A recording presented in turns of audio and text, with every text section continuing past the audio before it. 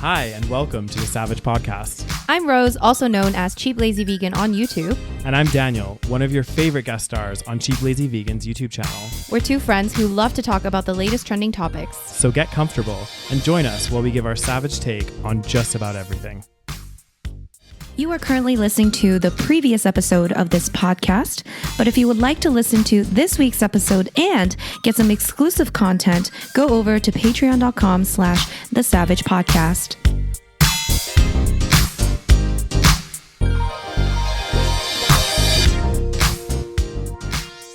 Hello, everybody. Welcome back to another episode of the SaVeg Podcast. Hey, guys. Daniel, are you gassy again?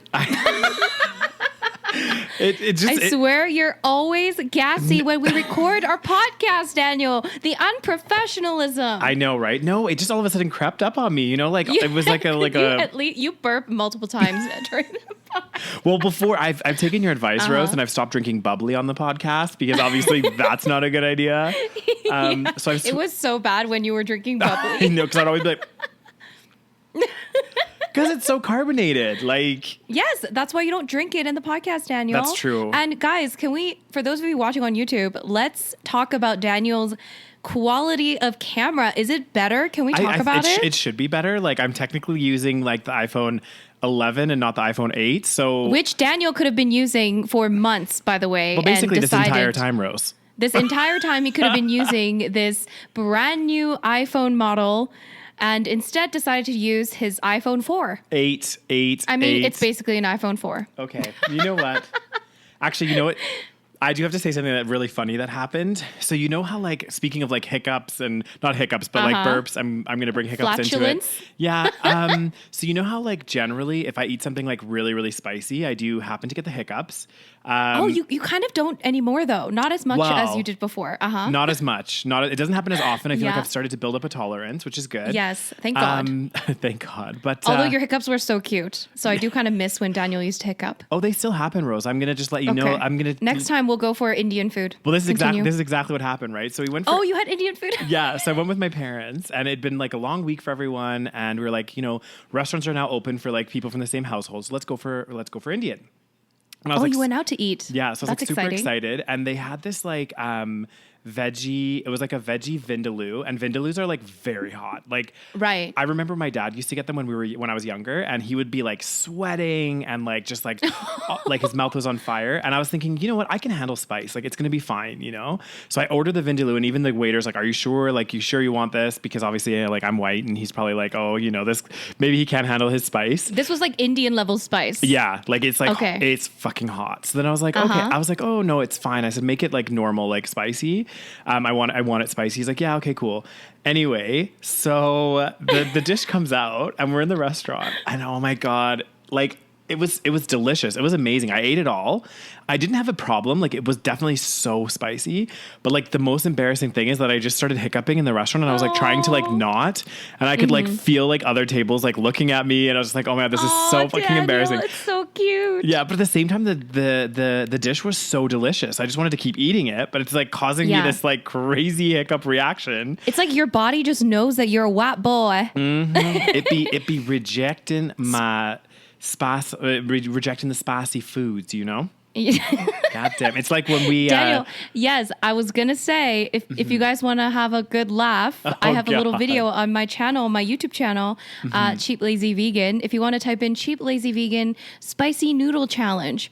There's one I did two, one by myself and one with Daniel. Look for the one with Daniel because it is golden. Oh, God. I watch it maybe once a year just to laugh. Lift your spirits? Lift my spirits because Daniel literally, the minute it goes in his mouth, hiccups just start. So embarrassing. I need to take a note to myself never to have spicy food on a date, ever. I think it would be cute. It'd be cute. Not on a first date. I think someone would. I also want to know crazy. how spicy this vindaloo was. Oh, if it actually was spicy. No, honestly, you are a white Rose, boy. Yeah, but my spice tolerance has gone up a lot. So yeah, but it's still not as high as mine. So we'll go. Daniel's we will go for day. Indian at some point, and you order a vindaloo, and we'll see how you handle it, Rose. Okay, I'm sure it will be spicy. Rose, but it won't be, hiccuping every 2 seconds spicy for me. No, you won't. I mean, you'll definitely be like, "Woof, this is got a kick," but you would like probably it's eat weird it. Whereas that I don't really hiccup when I eat spicy food. Like I definitely know when something's spicy, but I've never hiccuped, I think. I don't think everyone does. Like some people, they just like everyone reacts in different ways. I know that I have seen, like I Googled it and there's other people that like experience hiccuping. Yeah. Oh yeah, for sure. Yeah. It's actually quite common, I think. Mm-hmm. And sweating is quite common. Yeah. But the spicy noodle challenge was it was glorious. Well, I not during the time. No, I remember looking back at that video as well, and like my lips at one point and my face was like redder than normal, like so like my lips looked like they were on fire, like they were so red. And you were like crying. It was so great. It was so bad. At one point, you're just like, Rose. I don't even know what you said. Anyways, it's golden. You guys need to watch it. If you need a little pick me up on these like not dark times, but like these, just these go check out that video. Times. Yeah, exactly. Oh God, Daniel, do we have good news or bad news today? We have a little mix, a little bit of bit of everything. You did your homework. God damn. For once. No, some of the stories are ones that you sent me, Rose. So of course. I mean, what else is new? Me doing Daniel's homework for him. But one thing I have to comment on is like so for those of you that are watching on YouTube, like honestly, I'm loving some of the comments. I think the highlighted one for me was someone commented that you looked like a young Mary Kate or something. But I saw that. Yeah. I thought it was so funny. Guys, do I look like... I mean, I'm flattered. I know. You know? I've just never been called... I've never experienced being called an Olsen twin? Olsen twin? I can't even say Olsen twin. I can't even say their names anymore. Olsen twins. Yeah. They were cute when they were younger. They were. And then, I don't know, like... I think they like, what happened to them? Oh, I think they started a clothing empire and like did tons of stuff, right? They are loaded. They're doing the full on clothing, the whole shebang. I don't know. I think they're like multi, probably even, no, maybe not billionaires, but they're loaded. There. And then one of them was like married to some really old man, and I think they got divorced, and I don't know. Oh, they're pretty much out of the spotlight though, I think, which is quite smart actually. Yeah. But God damn. Yeah. I think that they like came in and came out at a good time, because I don't really remember that many. They were kind of a mess too, though. There was definitely some messy moments. Like, well, they also had some issues. Like, one of them had like an eating disorder, I think. And yes, I remember that, because one of them got really, really skinny, right? Yeah, and that was all over the tabloids, which is also a problem. Yeah. Oh God, it wasn't just her though, because I remember, I remember it being. I think it was Mary Kate or Ashley. I can't remember which one. It's one or the other, Daniel. 50-50 chance here, guys. It's either Mary Kate or it's Ashley. Yeah. But speaking of that, during that time, also Nicole Richie at one point got really, really thin as well. My God, do you remember? Yes, she was super skinny. Yeah, and everyone was like talking about like all of these like celebrities that were like getting really. I think Misha Barton was another one. Again, another example of the media just basically, tormenting these ladies instead of helping them, which I think we're going to talk about today. Is that what we're going to talk about? Okay, 100%. So there's a couple stories that have like resurfaced, and I might not even be talking about all of them, because like I feel like what's happened, and a lot of it's come off the back of this like Framing Britney. Yeah. So I actually watched the documentary. How, Daniel? I watched it. Did you illegally stream it? Yeah. How? Can you please tell me how? Well, okay, guys, it's not fair, because I would actually pay to watch it, but we can't even watch it in Canada, because Canada sucks when it comes to streaming services. Exactly. So we're forced to like find alternative ways to stream things, which I will not go into detail on this podcast. Well, case technically, you could get like a Hulu account and register under a US account. And then you can like get a VPN, but that's like too much work, This is the annoying thing that like pisses me off, and I get it. It's with like licensing issues and stuff, but it's like, for example, like one of our friends in the UK will be like, "Oh my God, this show's bloody amazing," and then it's like we'll check it here like on Netflix or Amazon Prime or whatever, and I'll be like, oh my God, I'm so excited. Like the other day I happened to see like a trailer on YouTube or something, and I can't even remember what the film was, but it was supposed to be on Amazon Prime, so I like got super excited, checked on Prime, was like looking for this movie, and it wasn't there. It was on. Oh my God, they need to change it. Okay, I feel like now that we don't have the same situation anymore. Yeah, like back in the day, we had cable, and you know, you had your cable networks or whatever. But now everything is so international. So, like for example, Amazon Prime, like it's available in so many different countries, and yet like only certain countries can get, you know, certain movies. And it's like, I don't know, like something about the law needs to change with the licensing. Definitely. Like it just doesn't make sense anymore in today's like global climate, in my opinion. But I think like, because we've talked about this before, but I think like the way that technology and everything is advancing so quickly, the legislation is just racing to keep up. You know what I mean? So like the whole idea of these licensing fees, because as soon as these new services and stuff start to come to play, all of a sudden it's like, oh, okay, shoot, how do we license the product? How do we do this? And they're just, I feel like they're always playing this catch up game, and they're like always behind. And they're always like, you know, it's probably like older people that's, you know, not keeping up with the times that are working on the legislation. You know, exactly. So it's not like young people working in tech that are like, okay, let's come up with a new legislation. Exactly. And you know, like anytime it's like legislative, it always takes forever to like pass through. Like a new law could take like, I don't know, 2 years. Yeah. Like it can be crazy. I'm so mad that you watched the documentary. I want to see it. It's all over everywhere. That's what everyone's talking about. Okay, give us the rundown, Daniel. Okay, give me the rundown. The pressures, the Daniel, situation. I want to know. What are you saying? So basically, I know. So basically, Daniel likes to do this random thing that I noticed. Another thing, I'm very observant. Of your behavior. you okay? Tell me about my behavior. Just randomly, you'll just be like, the situation. Like it's always with that voice too. You'll just make even though there's no situation. Comment. We'll be talking about something, be like, the hibernation of the. And you're just like, It's just so funny. Well, it does have something to do with the topic, but you'll just randomly put out like a statement like that in that exact accent. I like to keep things interesting, Rose. You never can say that it's a boring, a dull moment with me. Oh, it's never a dull moment, Daniel. It's also never a silent moment. No, this is so true. I don't think we've ever had like a silence.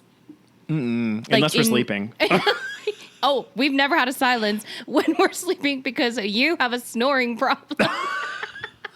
I can't believe you just outed me on this podcast. By the way, guys, like we are obviously like Daniel is gay, in case you did not know. So we are not a couple, okay? So that has never happened, guys. Yeah, so okay, it's not even in my. Okay?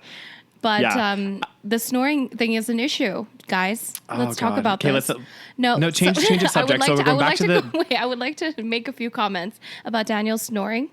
No, please don't. Can we just not?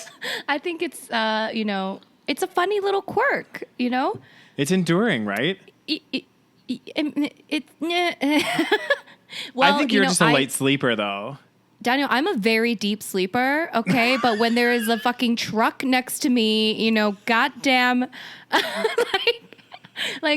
okay, some ungodly noises that I have not heard coming from a human. It's concerning. But it's usually if I'm drinking.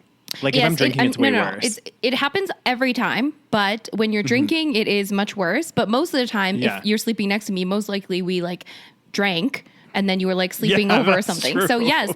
So it's so bad that like I make Daniel, if he's going to like sleep over or something, or if we're going to be sleeping in the same room, if we're traveling, I make him put on a mouth guard. Yeah. But the mouth guard works. Yes. It works actually very well. Like it does. Yeah. I think there's a little bit comes out, but there is definitely night and day difference. And it's so bad that last time when you came over last time and you didn't bring your mouth guard, I made one for you. I donated one of my like ones from my little pack that I didn't use. Oh yeah. You were like, I'm going to make this sacrifice. Yeah, otherwise Daniel, I would have just kicked you out on the street. So yeah, this is true. And you know, I wouldn't want to be on the street. But okay, so back to the Framing Britney documentary. Okay. So basically, like the whole premise of the documentary, like the focus of it is on the conservatorship. Oh my God, nobody can say this. Conservatorship. Why do they make such a difficult word? Conservatorship. Conservatorship. I think that's... There you go. Something like that. Conservatorship. So basically... Exactly. So basically it talks about that, but then it also kind of reflects back at her life and looks at all the times that like the media has like really pressed her on things and like, and also like the inappropriateness of things that like surrounding her, like a lot of like, you know, over sexualization. And, you know, there was like they showed one clip, which actually really like looking back at it now, I'm surprised, like, cause obviously we've come a long way since this, but like I would hope, but she was like, I think she was like 10 or like 12, What? really, really young, singing on this show. And this guy like says to her, this like old man that's like probably 60, I can't remember who it was like on the talk show or whatever. Like they were singing and he was like, oh, you're a pretty young girl. So do you have a boyfriend? And she was like 10, right? And she was like, well, no. He's like, well, why don't you have a boyfriend? And she's like, well, he's like, what about me? I could be your boyfriend. Okay. Like, I mean, it was fine until you said that. Yeah. Like, I think it's fine to be like, you know, oh, well, do you have a boyfriend? But like, I could be your boyfriend. What? Yeah, or he said something like something about him being her boyfriend, and I was just like, what the fuck? Like it was so weird. It was on television. So weird. Yeah. Oh God. Okay, continue. What else? What else happened? And then they also had like they just had a bunch of clips. Like they basically kind of like played out her story, what led up to the conservatorship. And it was like talking about, again, like there was like clips of her where she was like being interviewed and certain interviewers were like really pushing her as well. Like there's one famous one where this guy is like really just like not nice to her. And there's another, like she cries in like a lot of them. It's really sad because she's like, she seems so sweet and just like innocent. Yeah. Well, and she was like, in a few of them, she was like, I just want the paparazzi to leave me alone, you know? And she just like started crying and like, it's really, really sad. And there's a couple people like during the documentary as well, where they were like, they showed like late night comedians, like making fun of her and like doing all of this stuff. And they were like, one guy was like, well, we shouldn't really poke people. Like, I know that we're comedians and we make fun of like general stuff, but like when somebody's like really down and having like a super hard time, like where's the line? Is that the guy that I sent the clip of? The no, Scottish there was another guy? person that was. No, the Scottish guy was another one, but there was another guy that like mentioned as well. Okay. Yeah, this is all in the documentary. This all came out. Obviously, the documentary is talking about like all of the things that people are so mean to her, and you know, there's just so much scrutiny. Like I can't even imagine. Like that's so bad. Exactly. And then it goes through like her breakdown, like when she like shaved her head and all that kind of stuff, and about how like, you know, the paparazzi were like hounding her all the time. And then it also talks about how she like went into conservatorship and like basically there was like a lawyer on there talking about like kind of what it means to be in a conservatorship. And typically it's like done for people.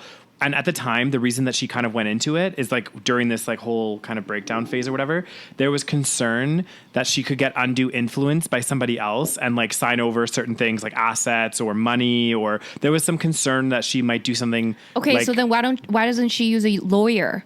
Like why doesn't she have a lawyer to represent her so that she doesn't sign anything without the lawyer? Exactly. But this is the thing. Well, not just about signing, but like, you know, anyway, they were just worried about her some people having undue influence over her. She was a grown-ass adult. How is this even legal? Okay, sorry, continue. I know. Why am I getting so mad? I haven't even seen this. I know. You need to watch it. I think you'll get even more frustrated, Rose. And then they talked about like, so basically she agreed to be in conservatorship, but she didn't want it to be her father. I wonder why. And exactly. Because like, even imagine like, I mean, we both have good relationships with our parents, but like, I don't know. Well, if I were forced to be in a conservatorship, I would trust my parents with it. But obviously she didn't trust her parents with it. Her father. That's the difference. Like, I don't trust my parents to go and like, you know, fuck around with my money. You know what I mean? Like, I would actually think that they would look out for my own interest. But obviously she had some kind of volatile relationship. Concerned. Exactly. Yeah. So she's gone into this conservatorship, and then they were talking about like one of the lawyers, they were like asking her, like she was just like a lawyer giving an opinion. And they were like typically like what kind of people would be in this kind of relationship, this conservatorship. And she was like, oh, well, typically it's for like people that are like much older, like maybe that have dementia or like these kind of things that can't cope themselves. And there was like, and now like fast forward like 10 years, they're like, why is she still in this conservatorship? Right. Like, and it doesn't make sense. And I think the whole like lawsuit and everything that's going on right now is because she wants to move her conservatorship to be like a business, like a bank or like a proper like institution being her conservator, not her father. Yeah. So why can't they do that? How does that? I don't know. I don't understand how legally this was allowed. Like, Yeah. Because, like, I don't know. This just sounds very shady. So shady. From, like, obviously the dad is shady, right? Like, that's why she didn't want him with the money, because he's shady as fuck. Exactly. If this was for her interest, then she would be maybe relatively okay with it. Exactly. And the one thing that's like really kind of struck a chord with me a little bit in the documentary, which I didn't really think of, but like, okay, so her dad signed and became her conservatorship of like her estate and everything, right? So control of her person, her estate, basically like everything that had to do with her. And it was like that same year that she had the mental breakdown and was like, you know, had to go to like a hospital and was in involuntary leave and all this like crazy shit happened. And the conservatorship got signed over to her father. That same year, she got back in the studio, was back recording, so she was working. back doing tour. Exactly. They like pushed her right back into working again. So she could work. Does that mean that, like, how mentally deranged do you have to be to sign over your entire estate? I would imagine you have to be like full on dementia, like full on like. Yeah. So it makes no sense that she was able to work and she was able to do all of these things, and somehow legally this was allowed to happen. Exactly. Well, the crazy thing is, so her conservators was her father and this other guy, they said, I can't remember what his name was, some like professional guy. I can't remember what his name, Adam something maybe. Anyway, so partway through the conservatorship, or like recently, he, there was like a legal document that surfaced where he was like asking for more money from the conservatorship, because he said, obviously with her like doing all these tours, it's becoming a much more lucrative conservatorship. And we could, exactly. Wow. And they even mentioned that in the document that they were going to be like, it should be more considered like almost like a business kind of thing. And I was like, what the actual fuck? Wait, so like, are they allowed to do whatever they want with this money? Like, what are they doing? Well, I don't really know how it fully works. Like, there must be some sort of restrictions. I think it's more that they control what that individual does, right? Like, they can't necessarily, like, they probably get paid a certain fee, but they can't like go and buy themselves a multi-million-dollar house. But what they can do is, like, if she wants to, like, let's say she wants to buy a new car or go shopping or, you know, spend a chunk of money, she has to probably get approval and permission. Oh my God. And then they could deny it. So she's still under this? I thought he got denied after this movie. No, I think it was like he's still her conservator, but like I can't remember, there was something that hang on, let me what happens if he dies? Because there was I don't know. Well, that's why there's two of them. Oh my God, but who's this random person? Like, this is so crazy. Well, he's quit apparently. Hang on, Britney Spears.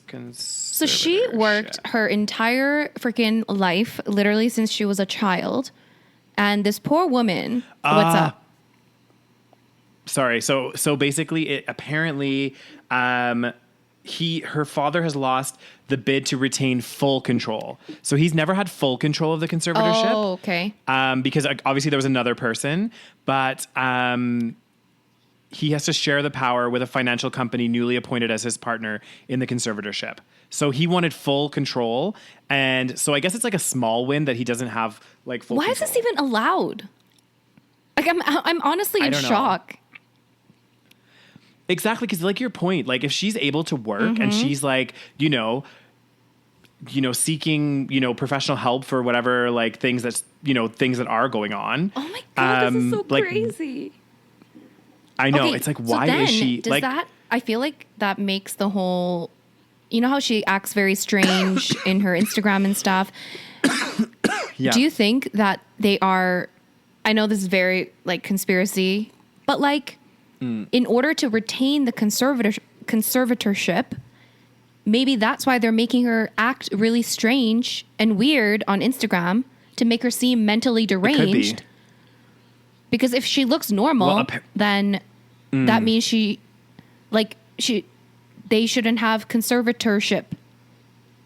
Yeah. I mean, I would think that like she should be able to like, if you were under conservatorship and you wanted to get out of it, like you should be able to like go to professionals and get like a medical opinion, right? To say that like, I no longer need to be under this. Like, especially like the thing that really is like weird about this whole thing is the fact that she is working, or she was for like, and I think she still is for like a very long time, like doing Vegas residencies, doing new albums, doing all of this stuff. So I'm like, if she can do all of that, then like, why is someone still in control of all of her finances and all of everything about her and like I just don't get why there's that. It's actually so bad.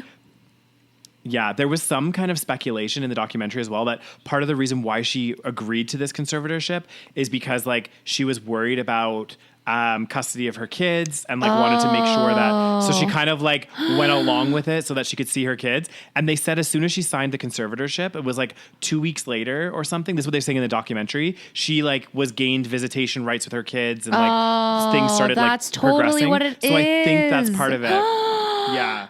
These are some evil people. I know. But this is the thing that's so scary. Whenever you have somebody like that where there's a lot of money to be made, things get crazy. I know. Things Your get shady. Things get like, you know, becomes the enemy sometimes. It's crazy. It's sad because it's like money's not everything. And, you know, it's just a real shame because I'm sure that over the course of her career, she's like done so much for her parents. Like, oh my she's, God, you know what I mean? Like, what happened to her mom? What about her mom? Is she part of this equation? No, I don't think that she is. She's not in the conservatorship. I don't know how her dad, like, because her parents have split up and I don't know. There's a lot of like stuff that I just like, how did her dad even legally do this? Like, it's all very confusing because she was of legal age, right? At the time of, you know? Yeah, I think she was like 26 or 27 when it all happened. And like, did they just prove that she's mentally ill? And then if so, wouldn't you just put this person through like therapy or something? Get them some help. Exactly. And then they can be better. It's not like she had, again, like dementia or something. Like she was going through some mental issues because of what was happening to her circumstantially. It wasn't like, you know, something happened in her brain. Yeah. Well, and like to me, the shady thing with this whole equation. So like, obviously you had the conservatorship with the two people, her father and this other guy. Then this other guy has quit. And then her father was trying to get like full conservatorship.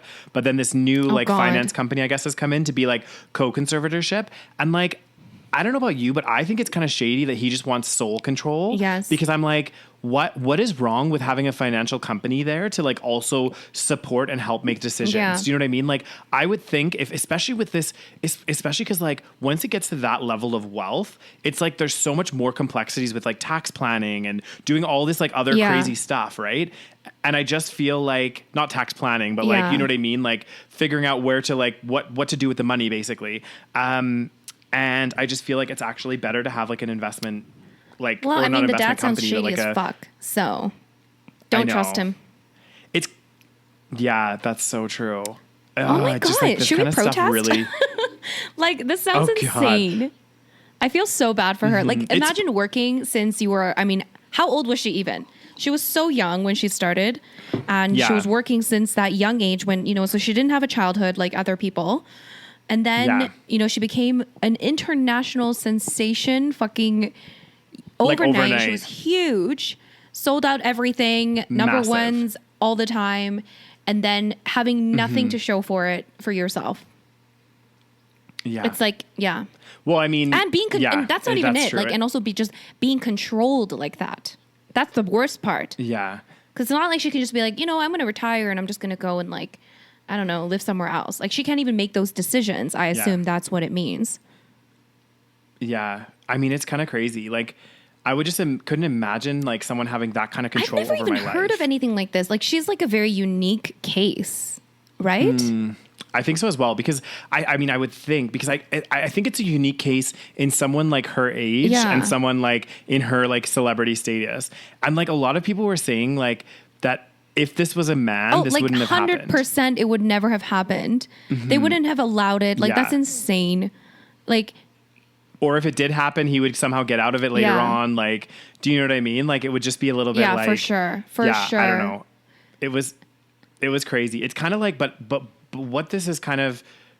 not projected, but like done because people are watching this documentary and seeing like all these like horrible interviews and things that had happened to Britney, and looking back at them now, you're like, whoa, I can't believe like this was allowed, or these, you know, and then people have started doing, looking back at other interviews for other celebrities. So there's a few that went viral. Is it the ones that we were talking about? But like people are so Janet Jackson was one. Yes. Lindsay Lohan. And Lindsay Lohan was the other one. And were they both on David Letterman? Yeah, or one David Letterman is like that old man, right? Yeah. Well, a lot of them are like older men, so I always get confused. Basically, as to I guess this whole documentary kind of sparked like a different discussion, like not just the Free Britney sort of discussion, but also a discussion of how we treat women. Women are trash. How society, not even just these specific people, but how our society as a whole treats women. This includes women and men, how we treat women that are in the public eye, especially.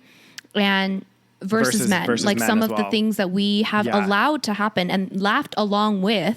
So like even, because like I'm also guilty of it too. When this was happening with Britney, like it was like watching a train wreck. So of course you can't, you have to keep watching. And you also because I'm sure we were also manipulated by the media to make her seem like this insane person, when really anyone would go insane in those kind of situations where you have like 70 people following you trying to take a picture of everything that you're doing. Everything you do. So yeah. Yeah.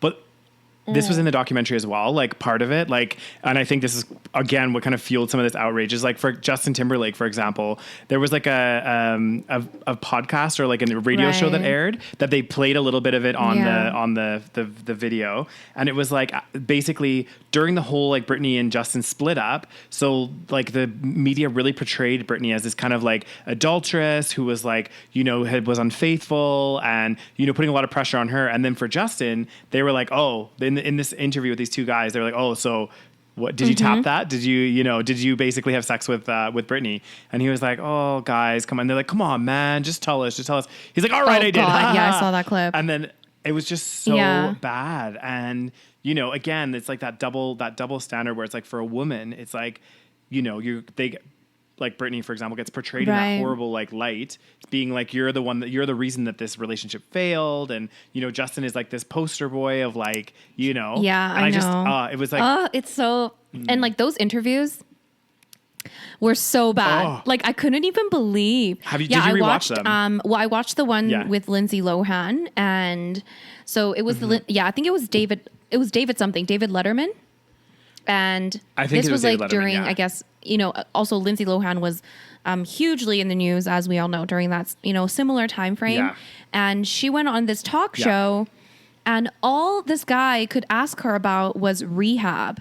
And, oh, are you in rehab? Do you have problems? Just like personal, like, not even just personal questions, but almost like attacks on the fact that she was in rehab, and she was trying to, steer the conversation away from that.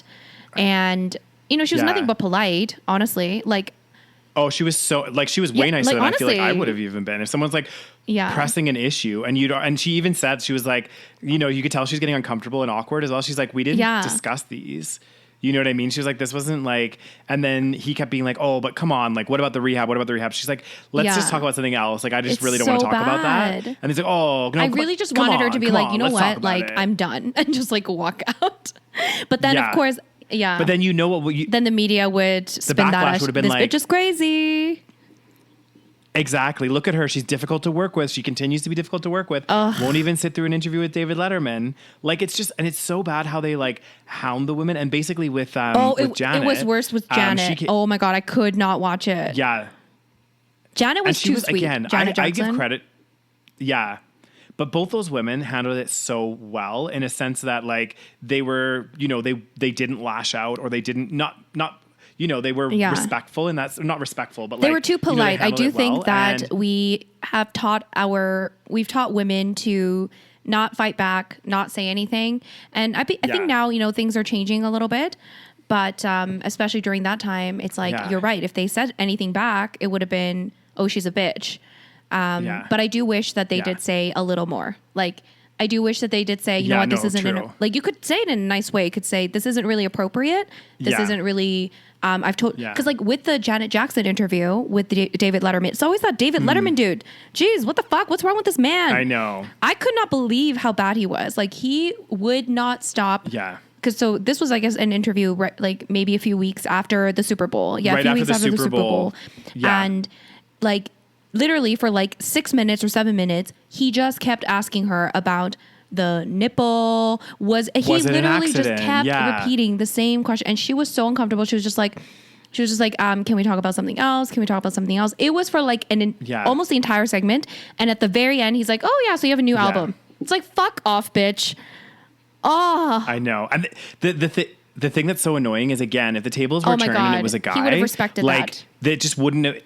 Exactly. He would have said, okay, man, like, let's talk about something else. Let's talk about my new album. Let's do this. And he'd be like, okay, cool. Like, let's do it. It would never happen. You know what I mean? So and also I think there's something to be said. Like, I get that, like, interviewers and, like, people on these shows, they want to, like, especially if there's something going on that's topical, they want to find out a bit more about it. But pardon me, at the same time, you have to also respect people's wishes. Do you know what I mean? Like, I would hate it. Like, if I was a celebrity and something crazy happened, like, you know, they caught me stumbling drunk out of a club or something, you know, and they, like, blew up the story out of proportion, like, I would maybe want to briefly touch on it in an interview to clear things up. But then after that, it's like, move on. I made a mistake or something happened. Like, let's not dwell on this. Like, what is, you know, like, that's something that happened. And then for the interviewer to keep pressing. Honestly. And like, it's just so, it was so bad. Like, and also you should also like get a sense of what people are feeling, the people that you're interviewing, and like, know when you've crossed a boundary. You know what I mean? That right? Like they both look so uncomfortable. And yeah, I mean, I wish it was like Scarlett Johansson or something. She would have fucking told them off. Oh my God. She's so good at interviews. Her. Like, yeah. Oh God. Like, it's just like priceless. Like, I love that she like, because I love that she calls a lot of interviewers out on their bullshit.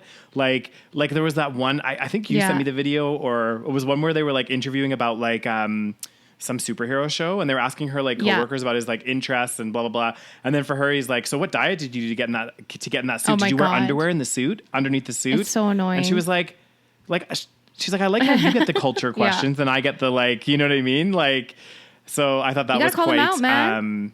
But it's hard. Like it's easier said than done. I think, especially when you're on TV. You know, I don't like to argue either. So.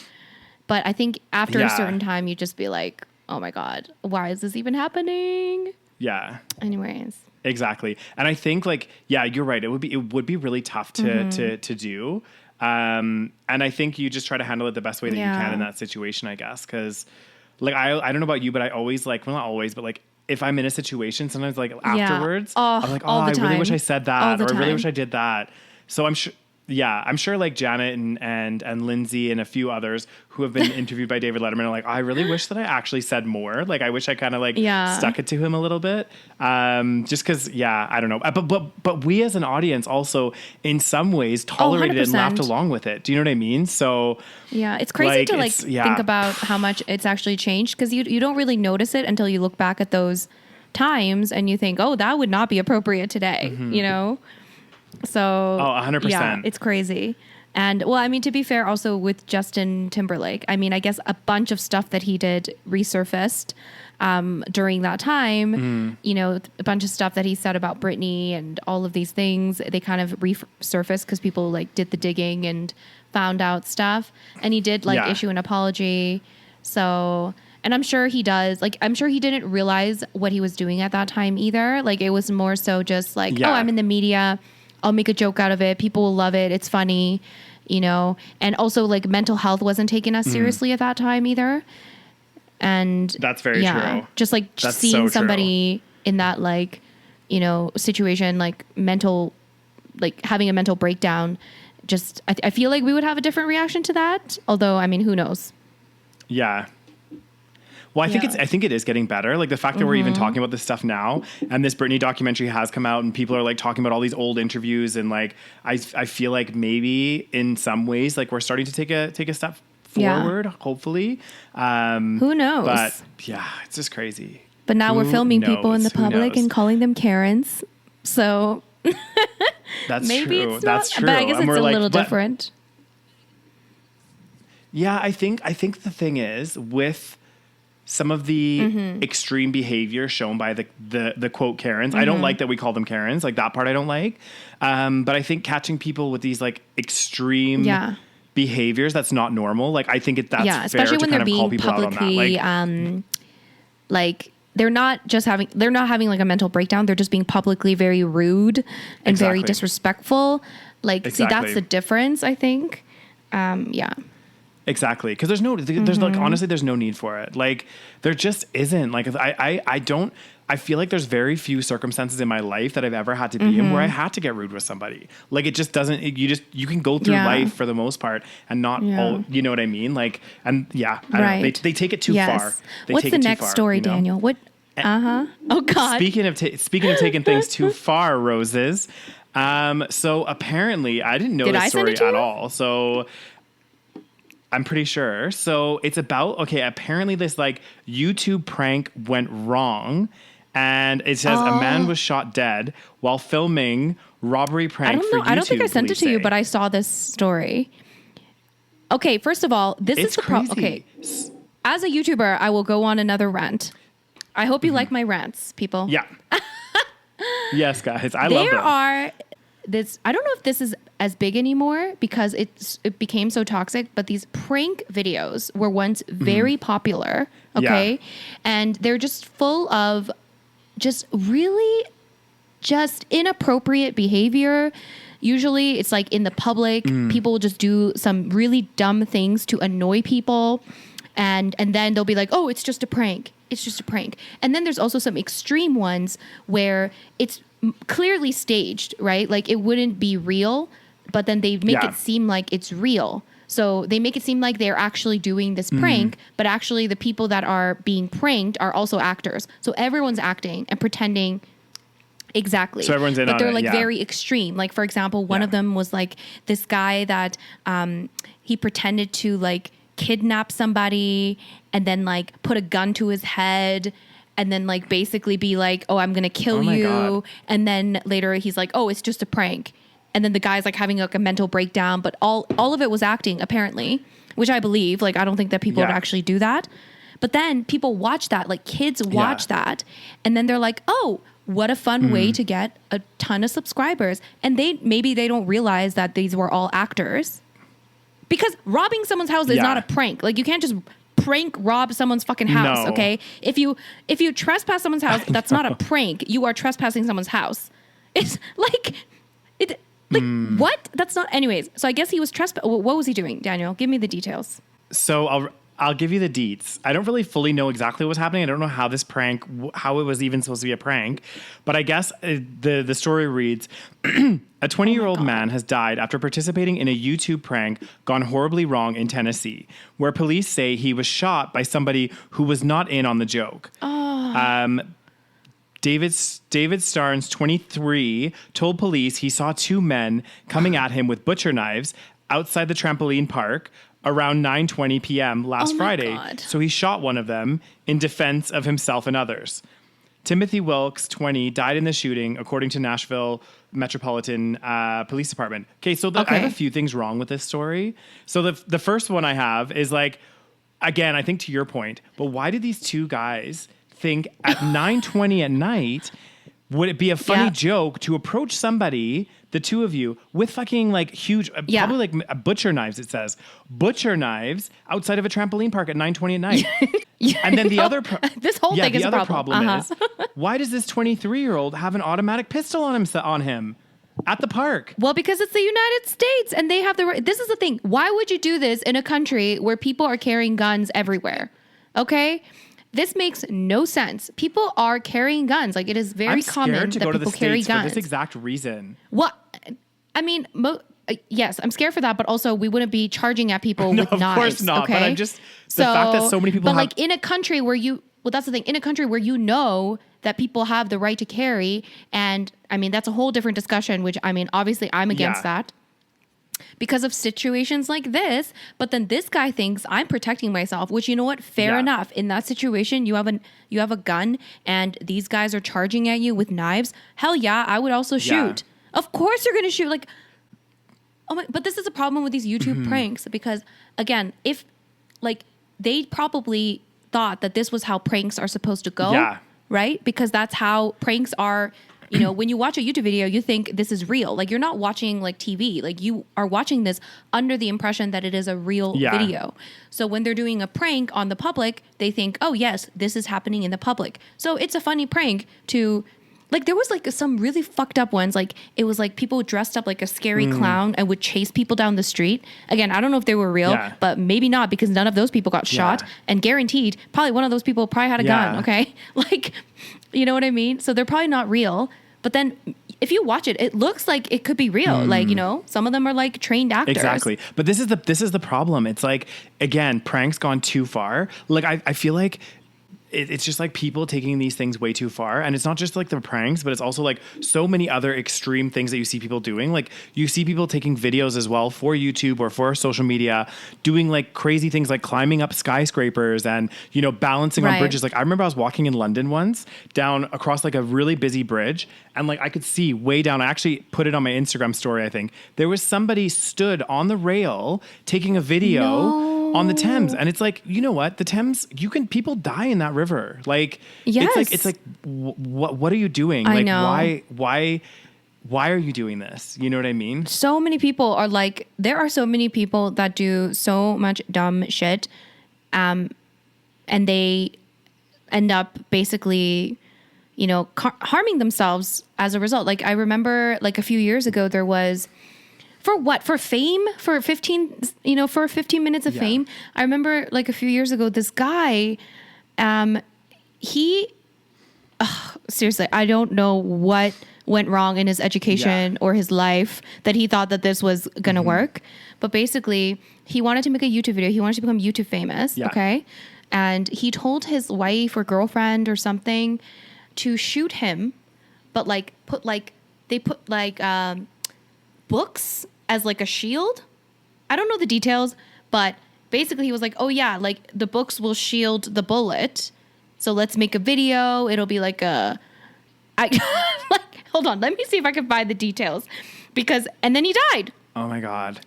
Filming this video. And then I think she was pregnant as well. Hold on. Man dies, shot YouTube. How do I even Google this? Filming YouTube video, books. This is like a pretty old story, but like, yeah, I remember. Oh, I think I found it. Okay. Woman fatally shoots boyfriend in YouTube stunt.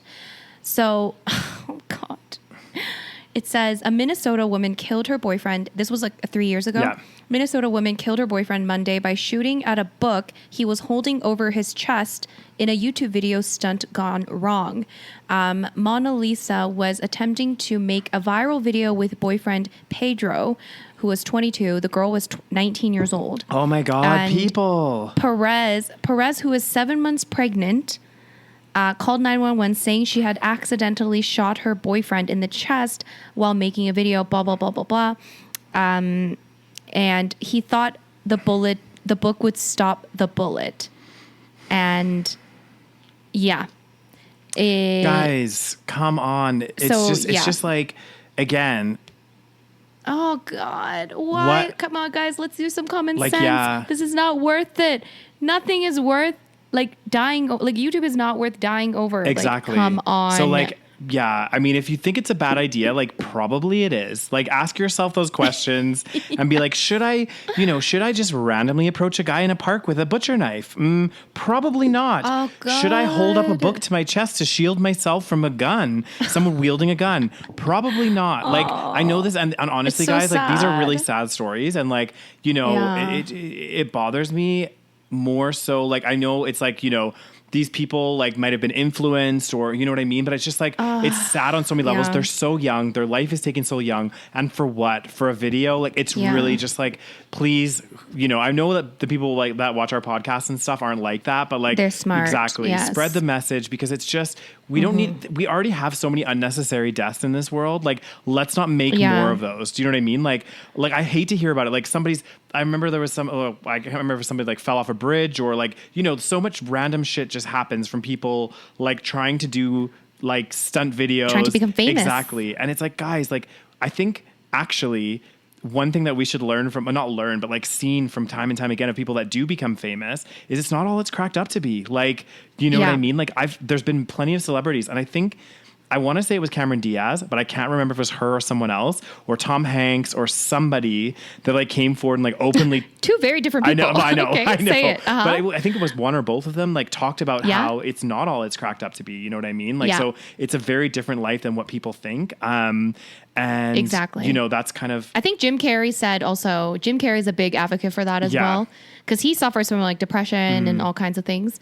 And he said, I think his quote was something like, I wish everyone could become rich and famous so that, oh God, what was the quote? I wish everyone could become rich and famous so that they know that it's not the answer or something like that. Exactly. And it's so true. Yeah. And it's like, yeah, sure. You know, it's fine to have hopes and dreams and goals and things like that. But like the problem with this YouTube thing as well is now it's because it's blown up so much and because you do have a chance to go viral. People want to do the craziest shit. And now we're desensitized to seeing, you know, we're seeing so much crazy shit online now. Yeah. Because, you know, it's been, you know, available for so long and people are doing crazy things.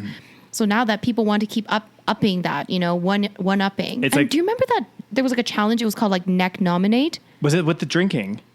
Yes, and a bunch of people died from that too. Yeah, I remember this. Everyone was like, because like you would drink, and every time the person had to outdo you, right? So it would like, I would like do a shot, and I'd like neck nominate like you, and then you'd have to do two shots. And then what got to the point where like people were literally like drinking like liters of vodka like in a sitting. Oh God. And like, yeah, people died from it, and it's like, guys, like.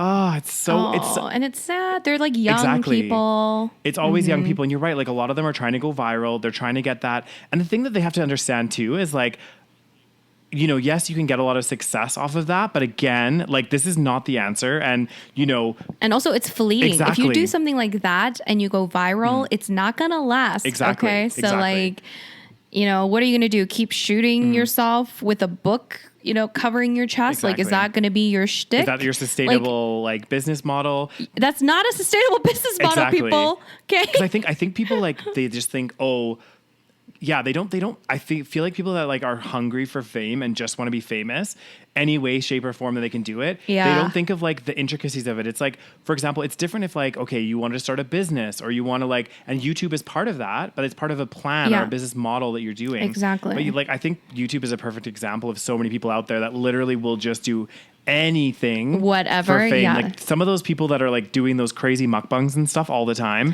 Not saying any names, guys. We all know who I'm talking about. Always I know.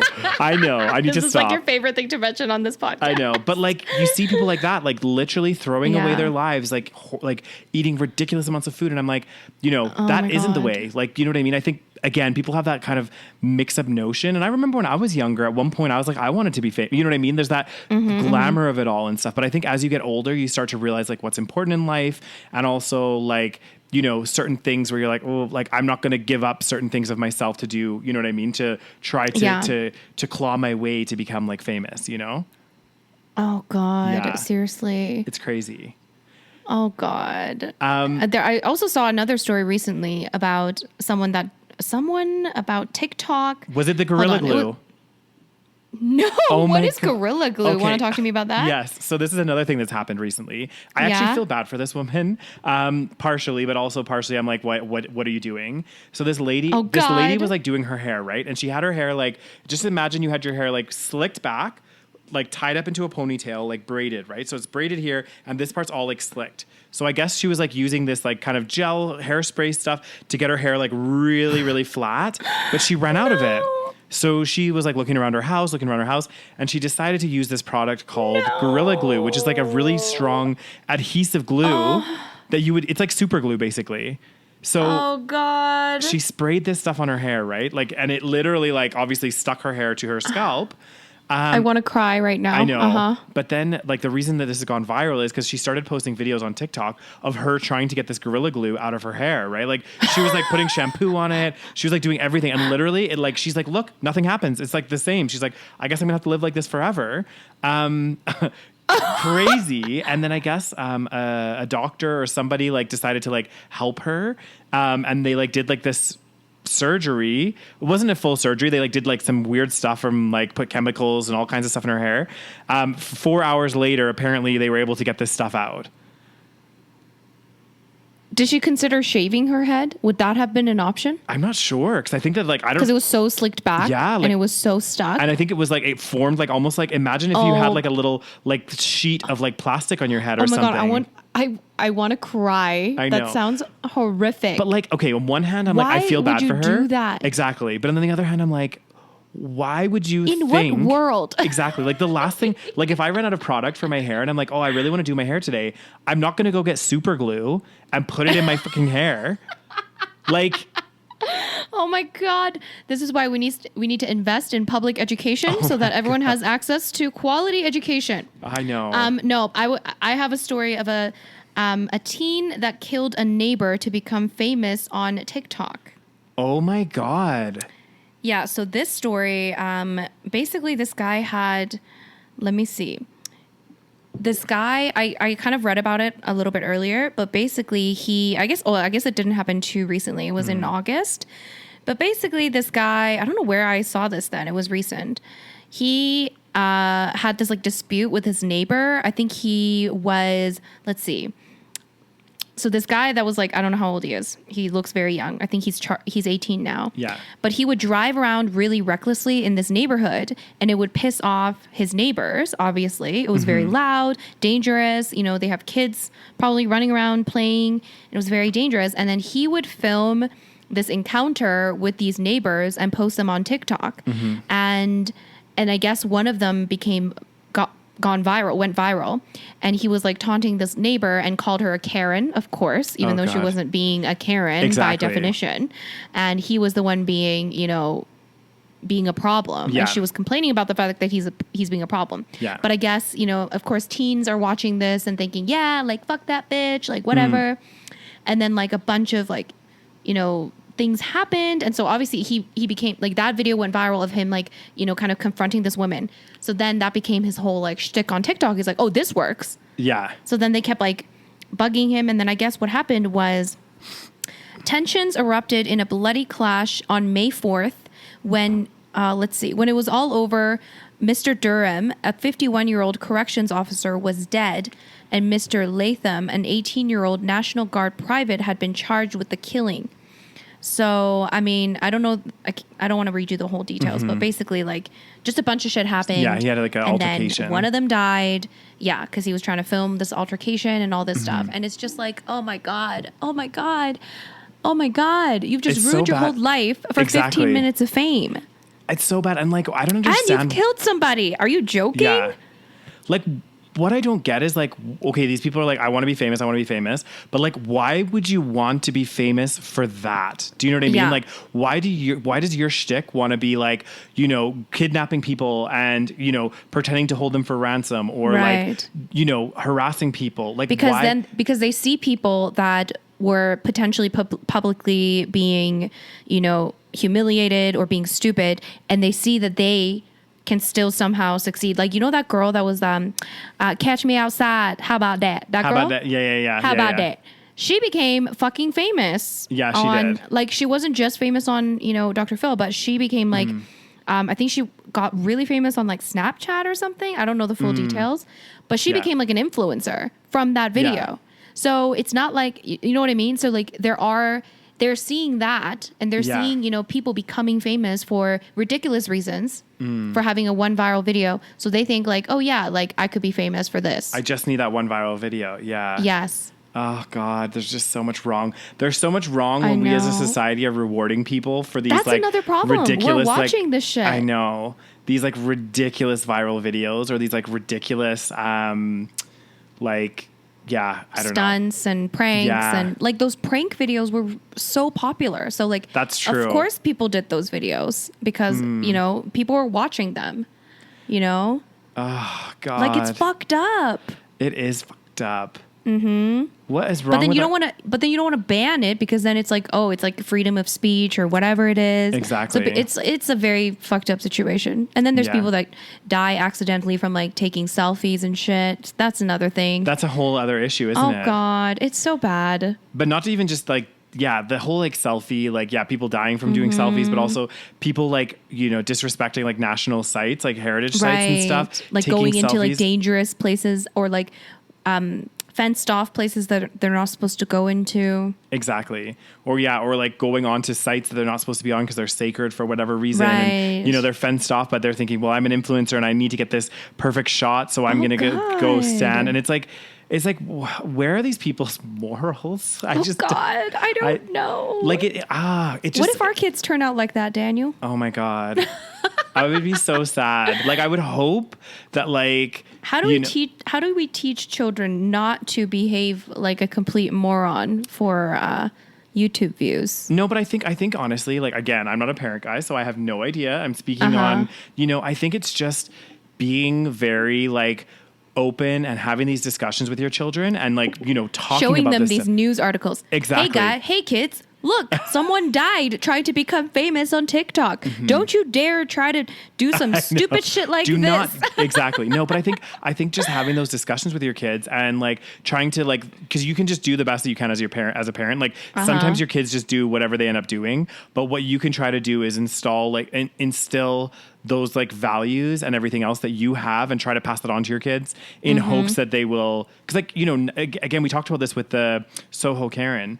It's like 90% of people, like, generally that are like, turn out like Soho Karen, it's because they had, like, parents that were like that as well, or didn't teach them. Whereas you do have the small percentage that, like, came from a really good background, like their parents were really, like, engaged and supportive parents and still, for whatever reason turned out, some kind of way, So I think you have to try your best. And I think having these conversations with your kids is so important. Like, but also when friends are really important, like whoever you surround yourself with. But that's the one thing that, you can't control. Exactly. If you end up with the wrong crowd, you might be fucked. This is so true because and it's hard because you can't, like, tell your kid, like, don't hang out with this person, like, because then of course they're going to do it. Right. So exactly. You just have to hope that, they make good friends and good choices. Oh God. God damn. That's like, I think that's like the biggest, like, I think that's the one thing that I would be, like, really scared of as a parent is, like, I think that's every parent's biggest fear though, is, like, how their kid is going to turn out, I guess. Right. Like, because that is, like, one, it's partially a reflection of you and a parent, but also part of it is out of your control.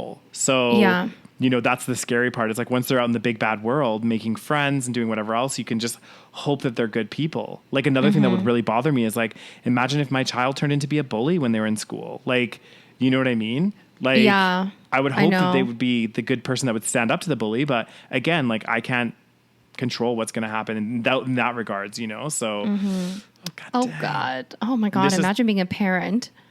Especially that would be now. The worst. I know. Yeah. With social media and stuff. Oh God. I, like, can't imagine. You would have to have such strict rules. Like, you would have to be like, okay, no phones after a certain time or at dinner. Especially if they're younger kids too. Like, you would just have to be strict. Otherwise, like, you just don't know what they're up to. Exactly. You just, Oh God. Maybe we should just not have children. Dogs are the best. Damn. Just have dogs. Okay. Dogs will never let you down. I know. They're so cute. I mean, I am, like, legitimately scared of dogs that I don't know. Daniel gets so scared of dogs. Yeah. Especially Nari. Nari's too crazy for him. Well, no, I'm not scared of Nari. Like, Nari, I, like, know, so I don't feel as scared. Like, honestly, there's, like, one of my friends, she has, like, a pretty big dog. Yeah. And I, like, love her dog because, like, I know her dog, you know what I mean? So it's, like, more like dogs, like, if I don't know them and then, like, all of a sudden I'm, like, walking down the street and, like, there's, like, a big, huge dog there that I don't know, it's going to scare me a bit. And especially if there's, like, no owner around or anything, I'm just kind of like, it's because you have that trauma. Exactly. So, I had some situations. Thank God. There's something I want to talk about, but we're already an hour in. What? No, just go for it. Like, is it going to be like a... Maybe we can do this in the Patreon exclusive because it's a bit juicy. Oh God damn. But I will mention it. Okay. Because it has something to do with the vegan community. Oh. And the vegan community drama is fucking juicy. Okay. I feel like I haven't heard vegan community drama for a while, but I haven't really followed it. So. Woo. Okay, well, I'll give you the rundown, and maybe we can do a deep dive in the Patreon exclusive for this month. We'll see. Okay. Is that something people would want? I think so. That sounds like a plan. Well, basically, have you heard of James Aspey? So he's like a big vegan activist, like animal rights activist.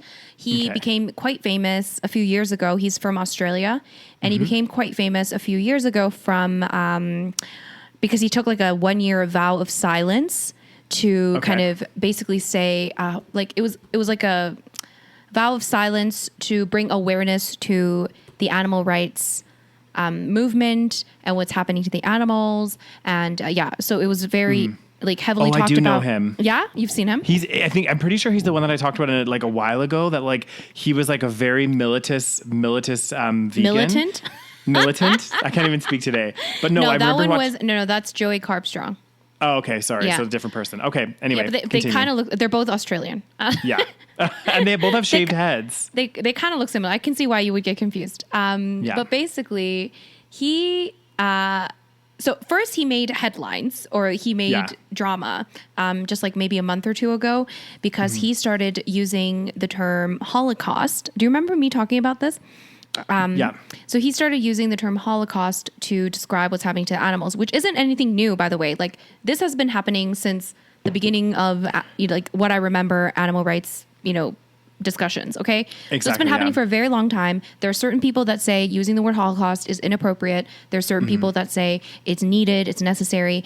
I'm kind of like in the middle. Anyway, it doesn't really matter where I don't use the term, but I'm, it's not that. So anyways, he became, the source of controversy, if you will, because he wasn't backing down and he was quite kind of aggressive with his messaging, which I don't necessarily agree with. I think he could have, taken a different approach. Anyways, that was the first thing of controversy. So a lot of people unfollowed him. A lot of people were like, what the fuck's wrong with you? I wasn't fully on board with unfollowing him. I was kind of like, okay, maybe he's just like not really, a lot of these activists, like they're not trained in communication.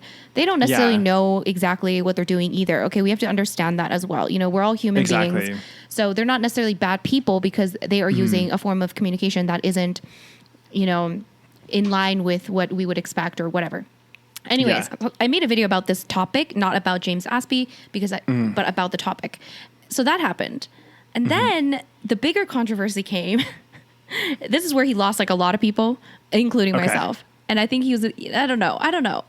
So he recently was like, I guess he went on his Instagram and was telling people, if you want to donate to me, if you've always wanted to donate to me, because I guess a lot of these activists, because they're doing a lot of activism, they actually rely a lot on donations, which is very normal. Okay. People fund them to do speaking and things like that. So he was saying something like, if you ever wanted to donate to me, now's the time. This is the perfect time to donate because I need the money, blah, blah, blah. And he was being very vague with his, why he needed the money. And then, so I guess a bunch of people donated. Okay. Yeah. Because, to be fair, people probably thought he's going to do, like some project or something. Something for the animals. Like he's going to maybe make a documentary. Like who knows, right? Like he's going to do something. Turns out that he got flown to Panama to invest in some sort of cryptocurrency.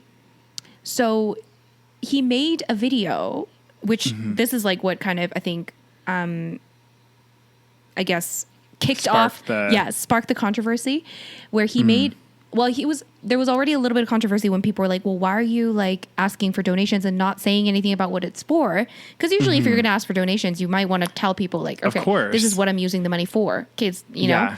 So he made this video saying, I invested all my life savings. I don't know if it's true, but this is what he's saying. He said he invested all his life savings. He sold his van and like all his life savings into this cryptocurrency.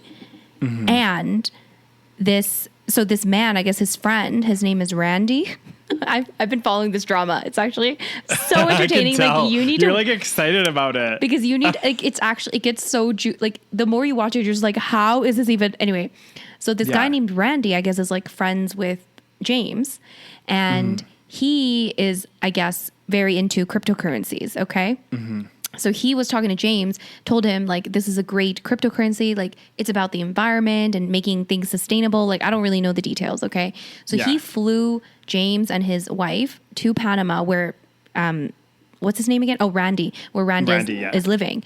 And he was like, oh yeah, we can like chill in Panama and we can talk about this cryptocurrency and you can talk about it to your followers. So what a lot of people are saying is that what this Randy guy is doing, because a lot of people are confused about what James's motivations are. People are thinking that he's being actually manipulated by Randy because Randy is telling him that if we talk about this cryptocurrency and tell your audience because it's such a great opportunity, blah, blah, blah, blah, blah, then like, you know, it's going to be great for the animals and the environment, all this stuff. But really a lot of people are saying what they're doing is what's called a pump and dump scheme. Have you heard of this? Yeah. I think so. Yeah. Where basically, I guess what it means is like you take a certain, you know, stock or investment or whatever opportunity and you make it like, and it's something small that not many people know about. And then you blow it up and you make it seem like it's going to be. And then you get out. Yes. So you buy into it and then you tell people it's amazing. And that brings up the value of the stock. So then it becomes much more valuable. And then you leave once it becomes valuable. And exactly. You pump it up. Yes. And then you dump it. Exactly. You're like. Exactly. Yeah. So that's what people are saying that it is, which I mean, I'm not an expert in cryptocurrencies, but I know that they're very volatile and they're very volatile. And also like it's, like it seems that way because they're blowing it up. I mean, why else would you have someone with a big following talk about this and other than to blow it up? And exactly. And then the drama, it continues. Okay. The plot thickens. So then this happened. Oh, goddamn. Okay.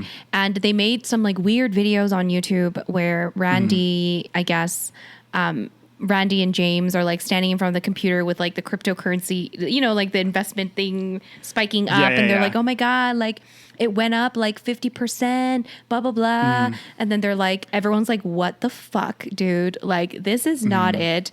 And then James is like, yeah, I don't really know what any of this means, but like Randy here is the expert. I'm like, so you don't know what any of this means and you're trusting this random dude in Panama with your life savings. Like that's another thing. It's like, you know, it's fine if you want to invest a bit, of course. Yeah. But like your life savings, like is that even anyways? So that happened.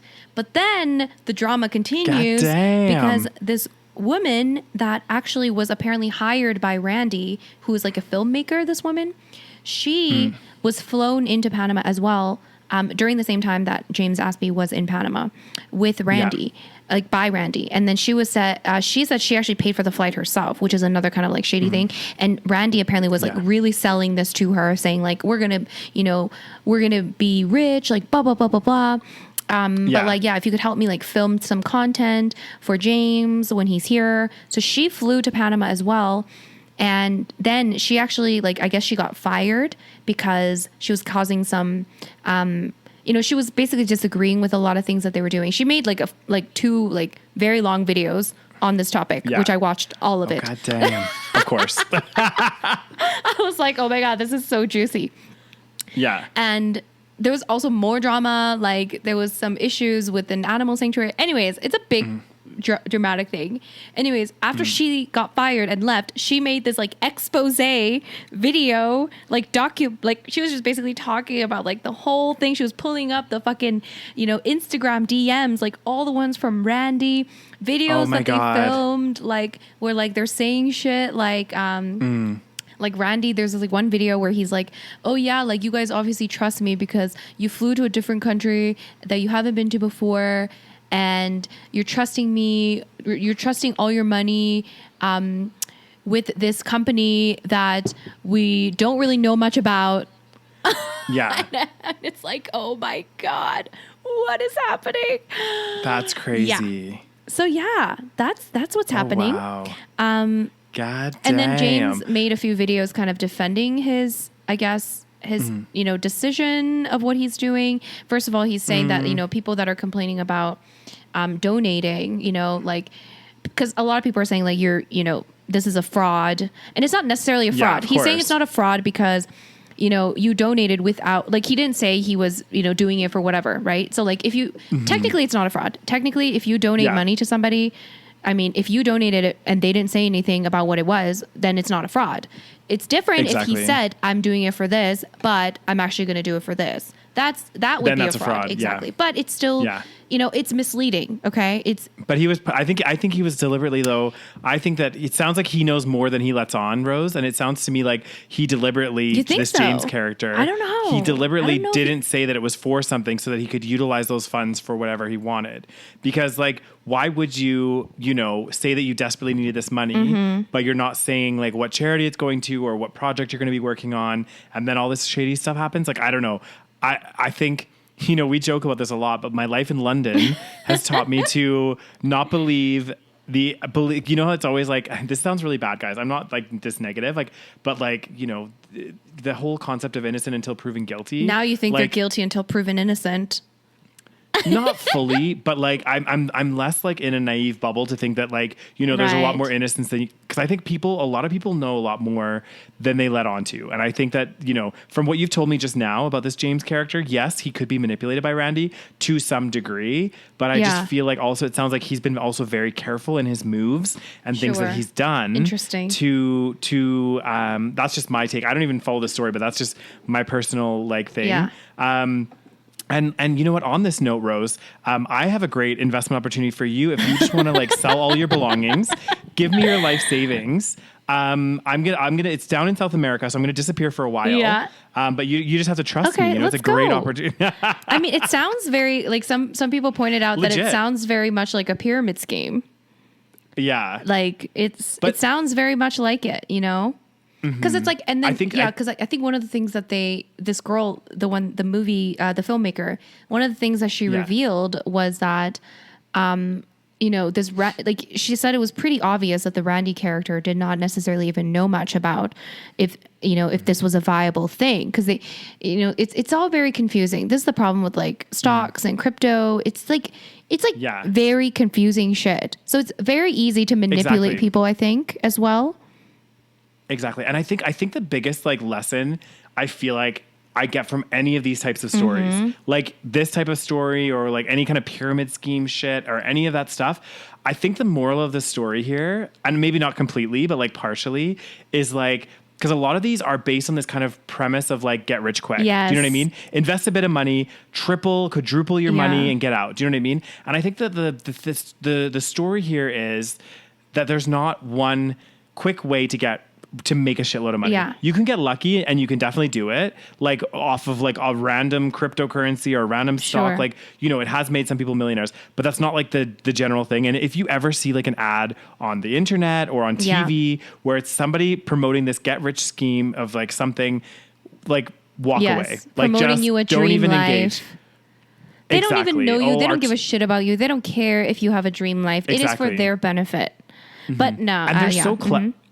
They're so clever with their marketing. Like I used to, I don't know why I used to get them, but I used to get like once in a while, get like one come up on my like Facebook and it'll be like a video of a guy.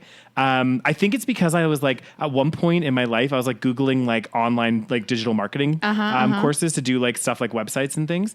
Anyway, so this one guy would like come on and he was like, I'm doing this like specialized course where you can like make millions of dollars doing X, Y, Z. And, I want to bring people I want to build people up and make them as successful as me. And they're so clever. Yeah. And I was like, I think I fell for one of them too. Like it was like something like that. It was like a course and it was like, here's how you do it. And then I like bought it and I was like, this is so like, it was like so complicated. There was like a lot of different steps. Did you buy it? Yeah. No, I didn't buy it. I didn't buy it. But it was like, he was like talking about like this marketing strategy and all this stuff. And like, you just have to like buy this course. And then I was like, not only do I mean, I'm sure some of them work, but the problem is that like, it's so complicated. And I remember just like trying to go through it and I was like, fuck this. And I mean, like, thankfully they had like a refund system. So I did get a refund. But like, it's always like those schemy, like internet, like it's always like a video of some guy that's like, I'm super fucking rich. Look at all my, Ferraris, and then they're just like, and they're so, this can be you. And they're so vague. Also, that's another thing. That's another red flag. Exactly. That's it. It's a huge red flag when they can't tell you their business thing and they're just like, oh, you can kind of, the number one mistake that people are making. And then in the whole video, no, they never say it. And I'm like, what's the number one mistake? Tell me the fucking mistake. Tell me. I know. My God. Or like the top 3 ways to be successful. But first, let me tell you this. And I'm like, what are the top 3 ways? Fucking tell me. I don't want to hear all this other stuff. Oh my God. Like it's so annoying. Seriously. Anyway, so that's the drama. So if you want to go into that rabbit hole, feel free. It's very entertaining. I'll send you the YouTube clips. Dig deep. God damn. So yeah, people are Send like, them to me. people I'll are watch all them. you know, they're very what the fuck, you know. But yeah, I don't know. I feel like damn. you might be right. He might know. I think he does probably know a bit. Like he probably did know that. Like, oh yeah, it's an invest. Like it's a crypto. It's not. You know, it doesn't sound good, right? Because what he's saying is like, once I become rich from this crypto, then, you know, I can do things to help the animals, which, you know, I'm sure he would. Like, I'm not necessarily denying that. But at the same time, it's like, you know, it's a very risky thing to do with somebody else's money. And exactly. Yeah, it's a, oh God. Too many red flags. If there's that many red flags, guys, it's we have red flags and gut feelings for our reason, okay? Like if too many things, if things aren't making sense to you, if things are like, you know, all of this stuff, like just don't get involved. Yeah. You know what I mean? Like I highly, highly, highly recommend. This is where your like cautiousness and over paranoia pays off, Daniel. This is true. So in most of my life, it doesn't, but in this particular thing, it does. You're very good at being But it can cautious. also prevent it. True, but it can also hinder success as well in some ways. So, yeah. And on that positive note, guys, I hope you enjoyed that little juicy gossip column at the end there. Yeah. You're welcome. Ooh, we love it. I love when Rose gets excited about like YouTube drama stories. You know, I just like guys, get like, it's just so entertaining. Like, especially the vegan drama is like, oh my God. I mean, I don't need Netflix. I remember when we were in London, there was like always so much stuff kicking off. You'd be like, Daniel, this video. And we'd like be watching something. And I was like, oh my God, there's so much drama. Oh my God. That's when like, you mean like the Freely drama? Was it usually Freely? There was Freely drama. There was like so much drama. There was like, there was that Vegan Games who was having drama all the time. He's always having drama. Yeah. So it's like, it was like almost a like constant not even news like anymore thing. because I feel like he's always fighting somebody. I don't really know. Yeah. So true. Gotta love it. True. Seriously. Anyway, guys, thank you so much for listening. I hope you enjoyed our extra long episode. Once again, that little gossip column at the end. Let us know your thoughts. Oh, God damn. And yeah, as always, don't forget to like this video if you're watching on YouTube. Leave us a comment. We love your comments. Don't forget to follow us on Instagram. Listen to us on your favorite platforms. As always, rate, all those great things. And of course, guys, don't forget to check out our Patreon. Join the family. It is fucking growing. Yeah. So, yes, we're going to do a Patreon exclusive for February. We're still open to suggestions. So if you join us now, you can tell us what you want to hear. You know what I'm saying? So, yeah. Exactly. We have a little poll going on in there so you guys can vote. Cast your vote on what you want to see or not see, but hear. So, make sure you check us out on Patreon. And thank you so much for listening, guys. And we'll see you guys next week. Bye. Thanks, guys. Bye.